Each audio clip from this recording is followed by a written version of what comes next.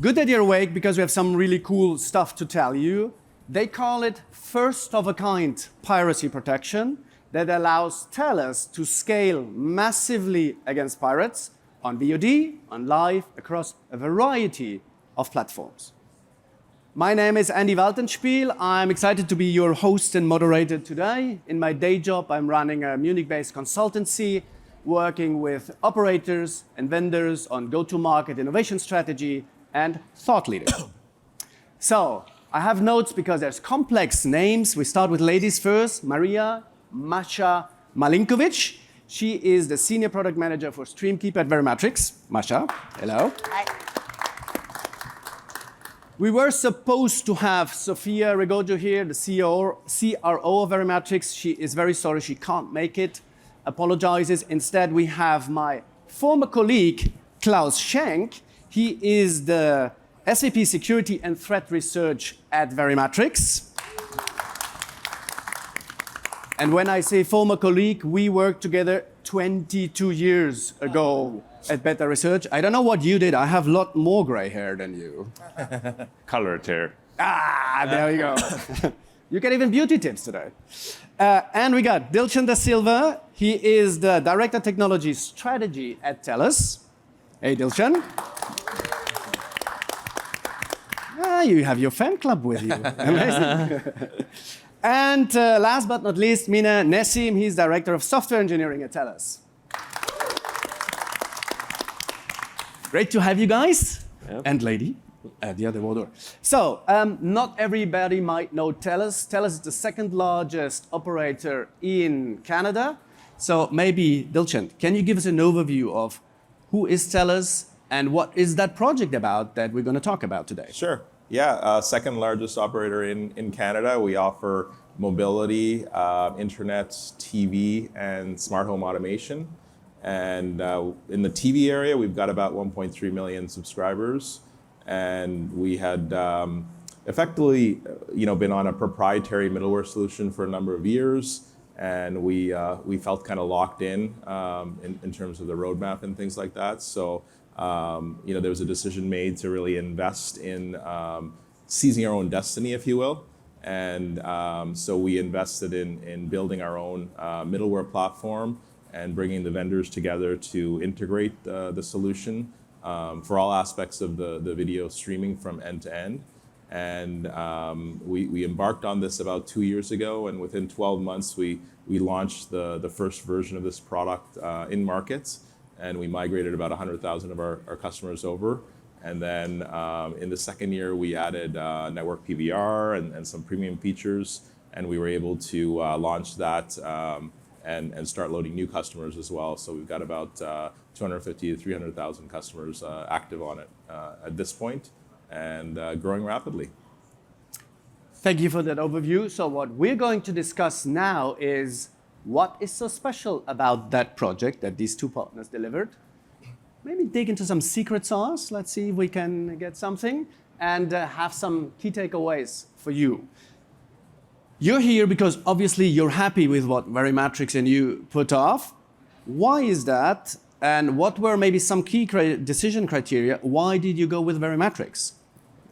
Sure, I can take that. Like I mentioned earlier, we were trying to avoid vendor lock-in. And so we were looking for a vendor and a partner that would really work with us. One of the traditional ways DRM works is you have to copy the entitlements over to the DRM system. So one thing we worked with Verimatrix on was to keep the entitlements in the middleware and instead use a JWT token mechanism, which has become an industry standard now. And this helped us. We thought, okay, if we do this, we can always replace Verimatrix if the relationship goes sour and avoid this vendor lock-in. But as you can tell, it didn't go sour, and we've been very happy working with Verimatrix. But we have the flexibility to move vendors if we wanted to, and Verimatrix is very collaborative in working through this requirement that we had. It's always better to be locked in because you're happy than because you have to. Exactly.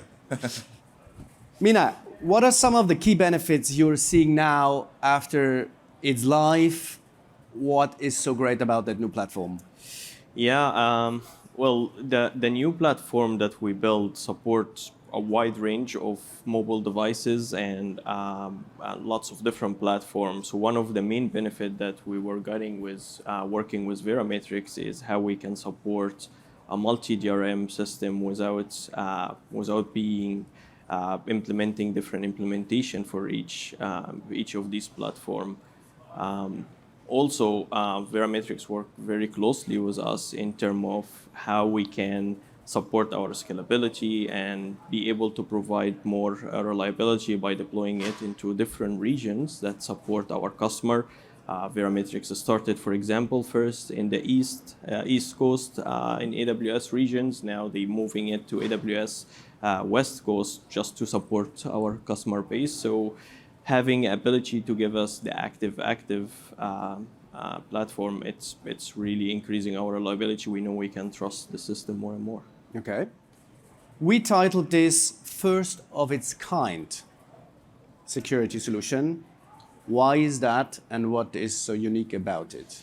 Yeah, one of the main things we wanted to do it from early on when we started this new platform is moving our entitlement check into our middleware. This is something Verimatrix was thinking about it. We started talking about it early on. So we started this journey actually together, figuring out how we will do something like this. So we were able to move and implement it kind of in a real time to move it to our middleware. Verimatrix worked very closely with us in order to do this. And so I don't think there is lots of implementation in the market right now that support this kind of model. And it was a success to be able to do this in a record time as well. Great. So that's the technical side. Dilshan, what would your CFO say? What are some of the commercial benefits you got? Don't reveal prices. I think They will kill me. I think it would be happy because it is a SaaS-based model, commercial model we have with Verimatrix. So we pay for what we use, and there's no paying for overcapacity and things like that. So very good that way. Good. Obviously, very happy customers. Maria, from your side, what are some of the truly innovative elements in that solution and in the way of working? I think that I would probably start with the way we work, because I think this is totally unique. From the very beginning, it was absolutely clear to us that we are not just finding a new customer who's paying us money, but we found a partner. And we I hope they do pay each you other. well. They pay us not just with money, they pay us with wisdom. And actually they are making us really also ahead of the competition, because we can keep the hand on the pulse of what is going on. We can understand, because we are in so constant exchange with TELUS on all the topics which are really consumer facing, that we understand how much we need to make sure that anything we are doing on the security side is totally seamless, that there is no impact on user experience in the end. So just to give you a bit of a feeling what I mean, we have regular roadmap reviews. We have, I think last week we had like 4 or 5 calls. Yeah, just to talk. It was nothing super official or sales calls or anything. It was really about exchanging and about, oh, how does this work for you? What can we do better here? So, and we are learning so much. That's really, I think, the absolute differentiator in the relationship we have with TELUS. I mean, regular meetings is not something uncommon for such huge projects. So do I hear you say it's more a partnership than vendor-supplier relationship? Absolutely. So of course you have regular meetings, but as I was saying, it was not really sales-driven meetings, but rather, especially I am product. I need to know where my product is gonna go, not just tomorrow, but also next year. And I need to understand what might be relevant then. So TELUS really helped us to learn how they use the products, because normally you're building products really coming from assumptions, and this is of incredible value to us to know how to make the products of a value to customers, which is, I would say, unparalleled in terms of partnership. Yeah. So, Mina, you're nodding. You want to add to that? Yeah, as I was saying, it's we didn't choose Verimatrix because they have a full system that we can just use right away out of the box. It was a partnership into, here is what's our needs, this is what the challenges we need to make, sit together, discuss it, see how we can actually do this together, what technology we need to leverage here, and deliver from there. So that's kind of the bigger differentiation between going to a vendor where here is a product, just use it as is, versus a partner where you can actually work together and implement something new. Okay. Klaus, you're in charge of security and threat research. From your point of view, how does it work with these guys? From my point of view, I just want to chime in. It's really like that it's a cooperation. So the product that we are putting together and shaping together in cooperation is something that, as a solution for content end-to-end protection, I would regard as a reference or prototype for an upcoming industry standard. We are building that together, and that helps us not to only deploy the standard multi-layer content protection that consists of a multi-DRM and its whole ecosystem, adding watermarking, but we also add something that we call counter-spy, which is something that needs to be really embedded with the whole ecosystem. So that is something where we also exchange ideas, and in order to make it really efficient. So what is counter-spy? Counter-spy is adding in the baseline only app protection, but it's not only app protection, it is also adding things like monitoring, and also allows to directly disable the client on demand if that is needed. And for what is that good?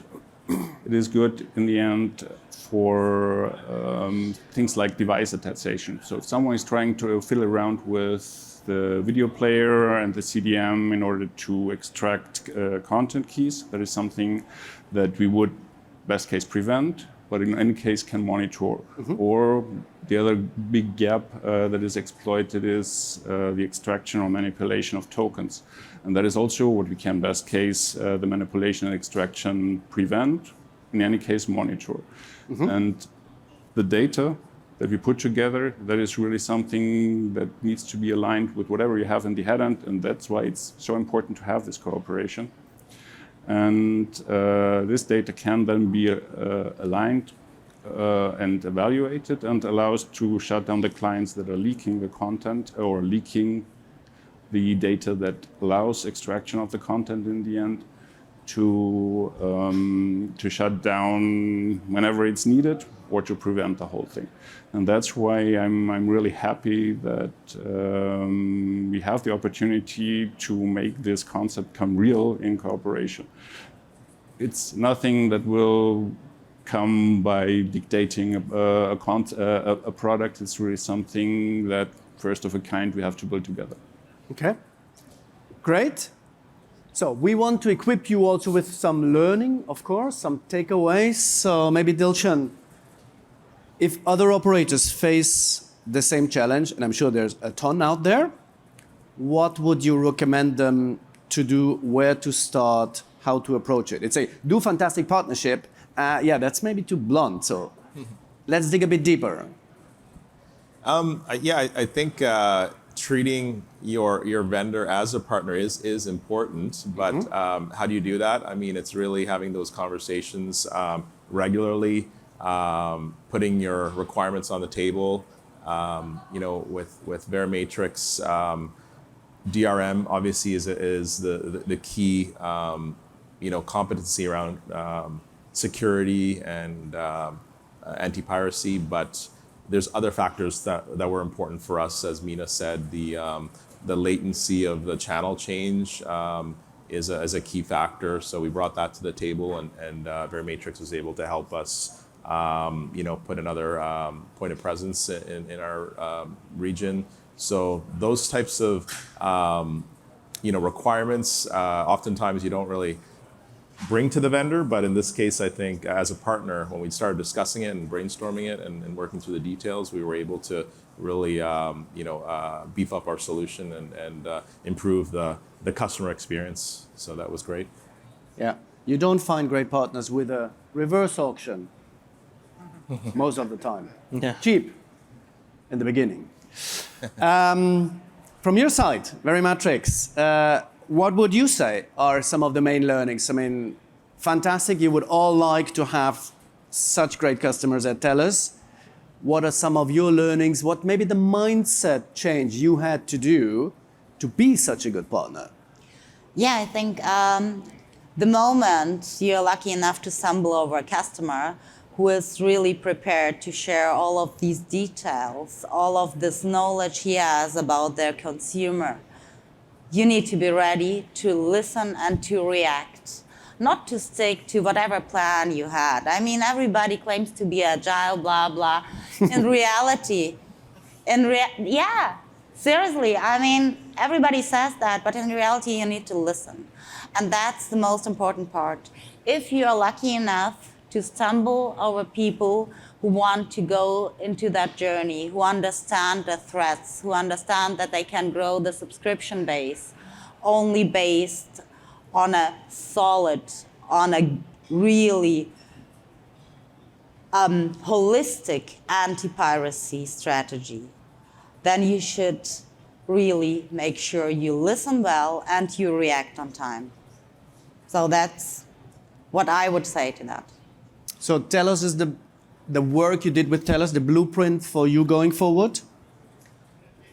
I think definitely. And actually what Klaus was raising, we are working not just on the DRM, but TELUS is already in testing with us this counter-spy solution where you can really, with surgical precision, react to the threats you have in today's ecosystem.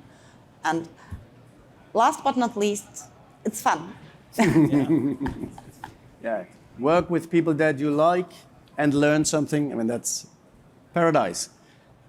Klaus, let's zoom out a bit and maybe also give some more details. How does the TELUS solution that you deployed fit in the larger portfolio of Verimatrix? What else is there to know?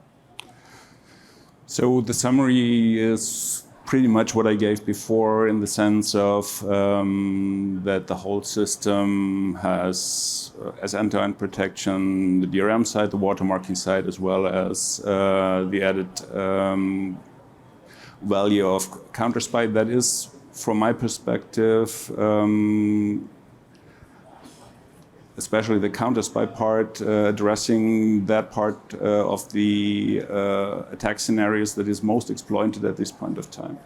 And that's why it is so important to have that whole concept running and push it out to the market, because from my perspective, it's really a game changer, addressing attack vectors that up to now for years have not been addressed. And we can address them jointly and find a solution for that. Of course, it's a permanent evolution and a permanent cat and mouse game against the pirates. And of course, as we discussed yesterday, it needs to pay out. We don't have to over-engineer stuff.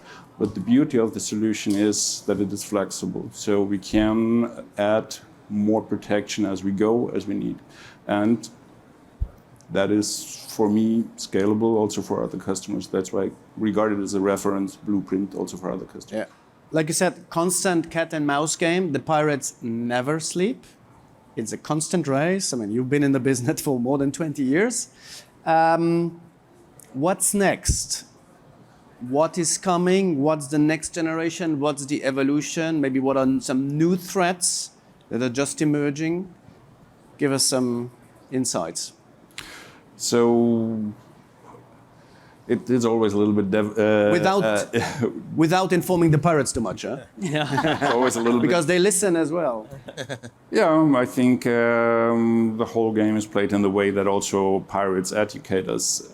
It is a cat and mouse game, and we need also to monitor what they come up, and they have a certain ingenuity. And that's why it's so important to not only have a passive protection, but also monitoring, know what's going on. That's more important than trying to build a robust system with the hope that never anyone can break, because that is one lesson learned, doesn't exist. So if there would be a trend that I would see, then the trend is have well-protected system, but have also monitoring to know what's going on in your system. And that's the major trend that I see, more monitoring on top of the protection. Piracy trends, it is something that is really also affecting your cash out. For example, if there is direct CDN leaching, that is really a trend. Pirates going from broadcasting in their own, I don't want to go into prejudices from some countries where that is possible, to have their own broadcasting stations, to now not have to pay for that anymore, but abusing the CDN of the operators, so the operators lose the content and also have to pay for the pirate customers who don't pay them additionally. And that is a trend that really has to be stopped, because that is more or less a double boost for the pirates and a double hit for our side. Yeah. Dear audience, think about, if you have any questions, we have a microphone, so think about it, and I give the same question before we get there, same question to you. So what do you see as the new threats? Is it more on the back end, more on the app, on the IP content, on broadcast content? Where do you see the attacks moving? Yeah, it's the fun part of it. It's the trend is always changing. So as I always say, it's a journey. It's not like we set up the DRM system and then we're all protected all of a sudden. No, it's every now and then we see a new trend that's coming. We see focus into the client attack. We see focus into replicating different clients and impersonating to be something that you're not are to get these access and tackle it.